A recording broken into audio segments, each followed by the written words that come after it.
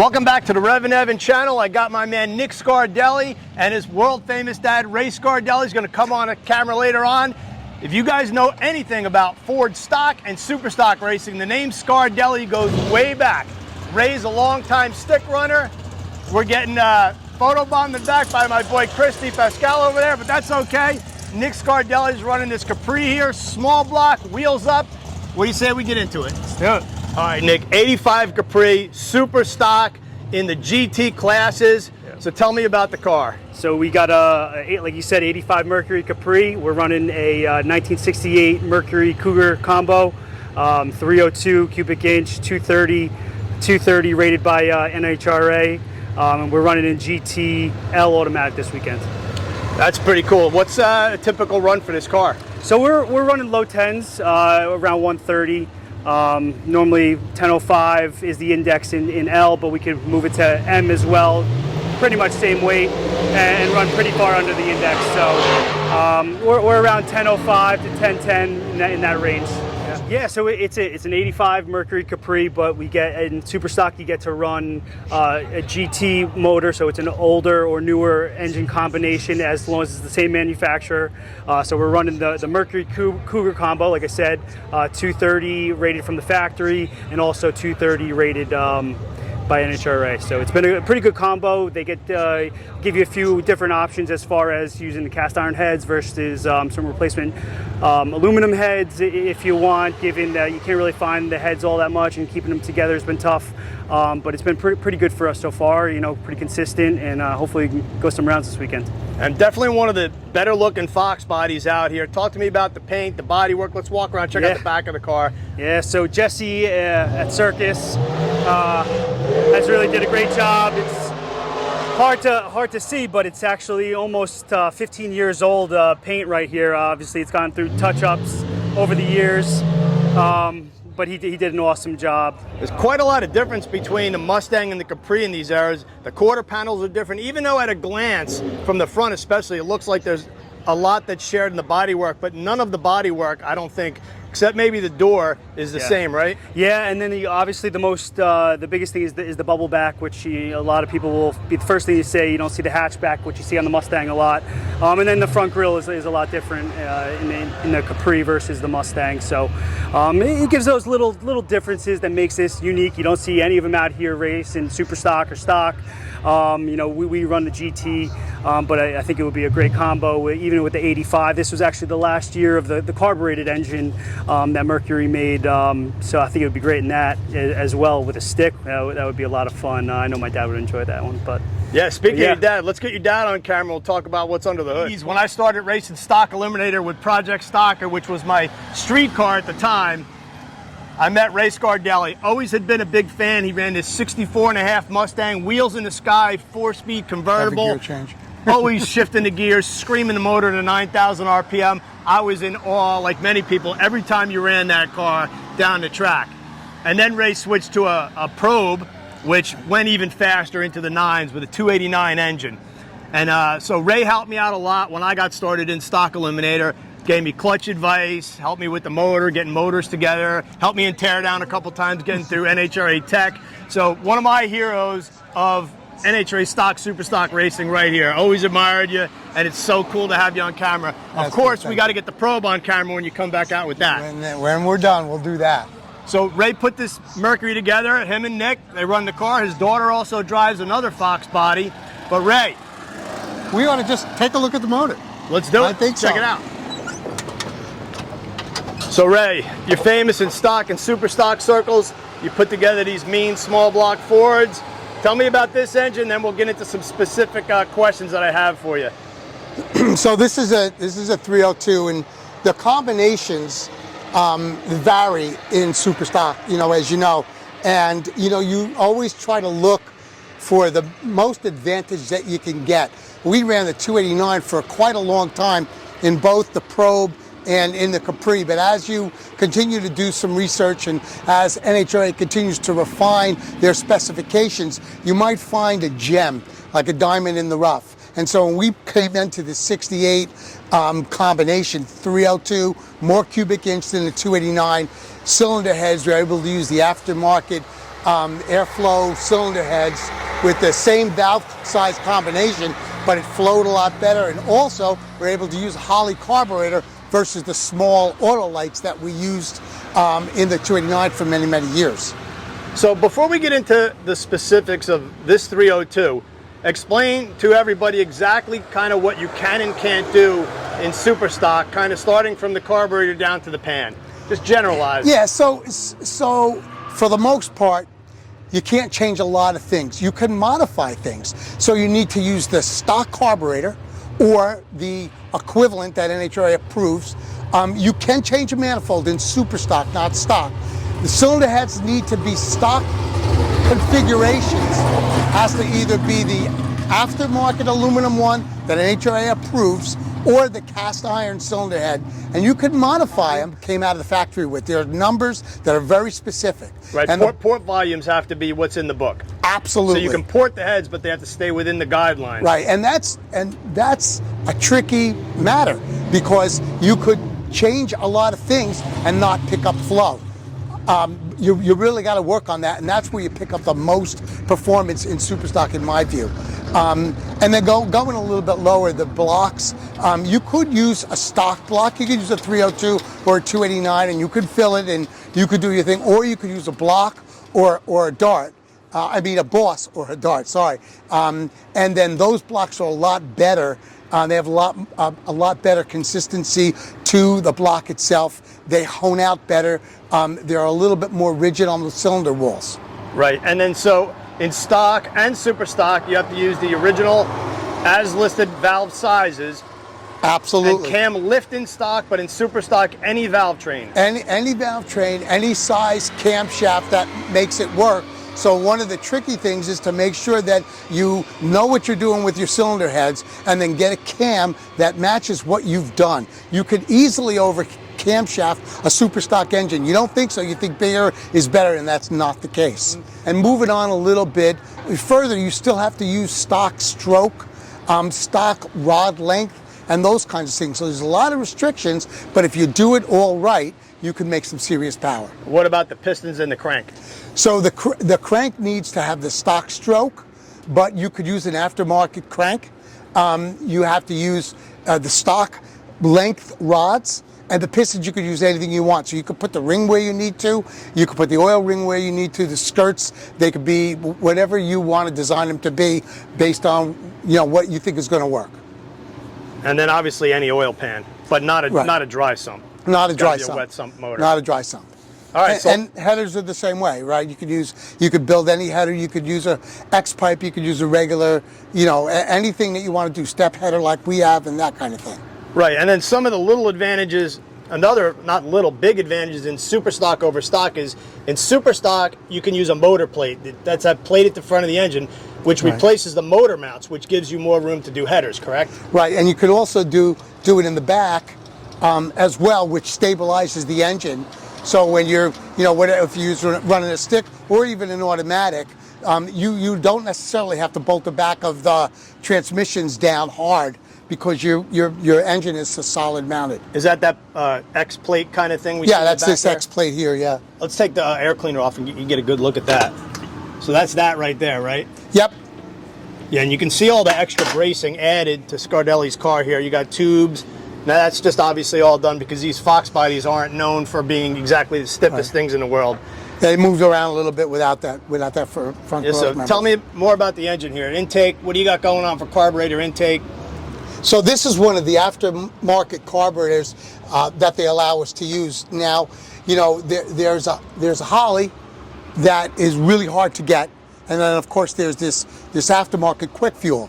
Now we just got another carburetor done over the winter time, and that we're going to try when we have some downtime. It's a Holley that I have here, but we didn't get a chance to run that just yet. And we're going to try the difference between a Holley and this and see which one runs best. Right, so then you got an MSD distributor, Mallory coil over there. What do you run for ignition and timing and stuff like that, control? So we pushed the timing pretty hard on this. We've spent a lot of time. We spent a lot of time on the dyno. you know, especially with this engine, just moving some things around because it is different than the 289. And so we push it to about 38 to 40 on the timing. And, you know, we have the crank trigger, so it's pretty solid, pretty stationary with the timing. As you can see, the AFR heads, which are approved by NHRA.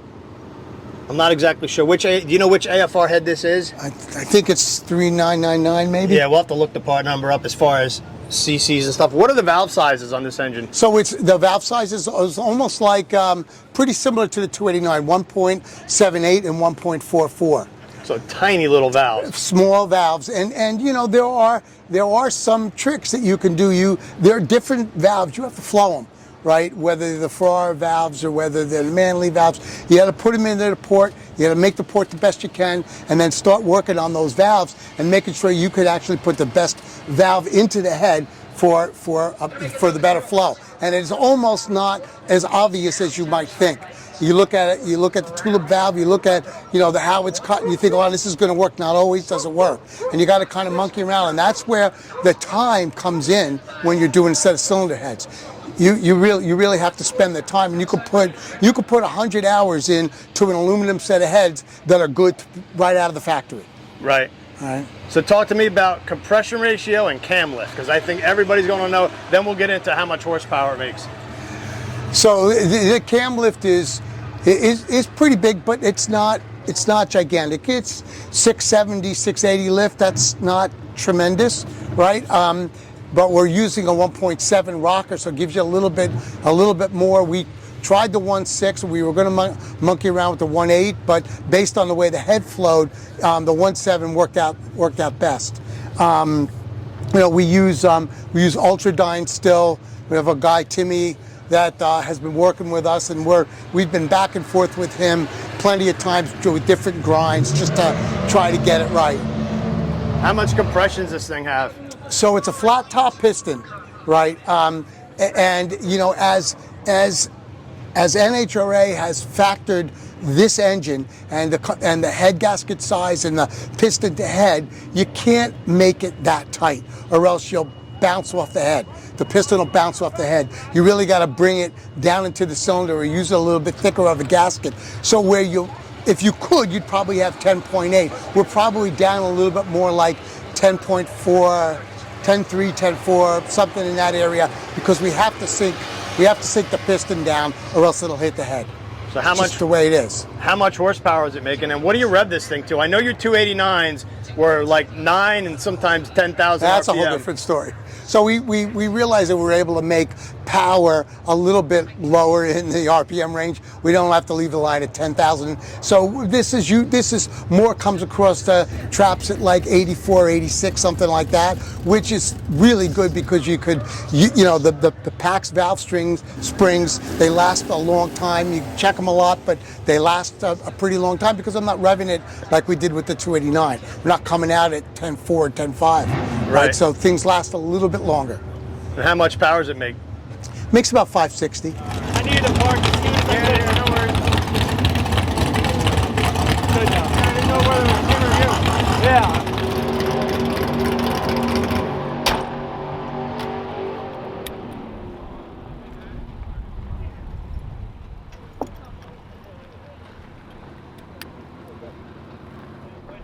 Super gas, we're on standby. We're going to go on here in a little bit.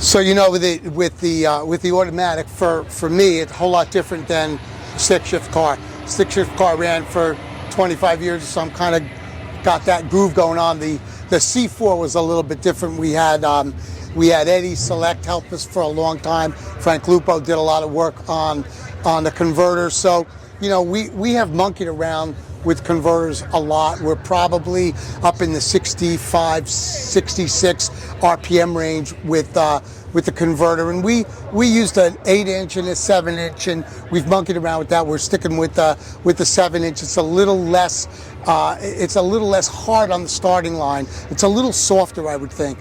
You know, we have a pretty big first gear, like a 292 first gear and a 166 second, and on and on. And you know, you have to monkey around a little bit with the shift points. You know, with the stick shift car was shifting at $8,000. You don't do that with the automatic. You don't have that extra gear, and so you have to kind of start taking it down and down and down until we actually got it right. So we're probably shifting first to second at 72, maybe second to third at 76, and coming through the traps it's 85, 86, something in that area. It just levels out, you know, right towards the end, comes to that maximum RPM, which is a little bit higher than where we make peak torque.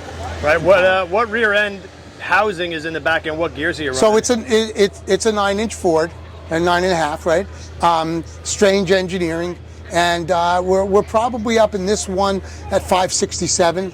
The Probe was 543, so we kind of monkey around with it. This has a little bit shorter of a tire because, you know, we realized that we could run pretty hard with a 9-inch tire. So this is almost like a stocker tire that we use in the back, which doesn't have the same kind of rollout that, you know, some of the other super stockers have it. But if you can hook the car and consistently hook the car, you might as well run the smallest tire that you can, and it goes faster. Yeah, you're not lugging a big tire and accelerating for no reason. You're accelerating less weight. Right. So as far as the suspension in super stock, you can back half the car. Essentially, there are some specific rules on how you can back half it, but up front, it's Foxbody Mustang type bolt-in struts. Right. And then take me through the rest of the car.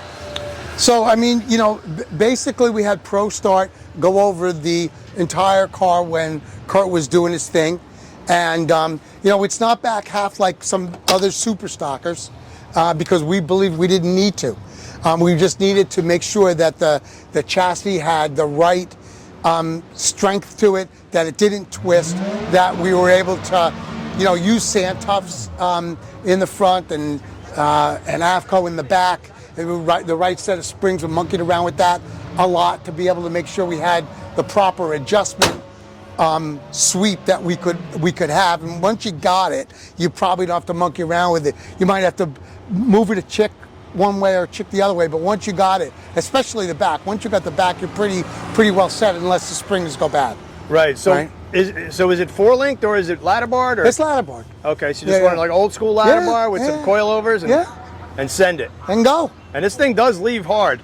Yeah, I mean we have had 60-foot clocks, low 130s on a consistent basis. And you know, that's sometimes better than what I had with the Probe going 3 or 4 tenths faster. So it's really leaving the starting line, and he leaves probably 4,300 on the chip, and it just leaves right. And that's, you know, one of the technologies that you learn is, you know, don't drag a big tire unless you need to. Yep. Stick car's different. You use a bias tire. With a stick car, it's a little bit different. The automatic, low RPM coming out, you don't need that kind of a tire. Right. So what is the all-time quickest run on the car? This thing went a 992 at almost 133. I think a little bit better than 133, which was pretty fast for this car. And we did it in M weight, which was pretty good.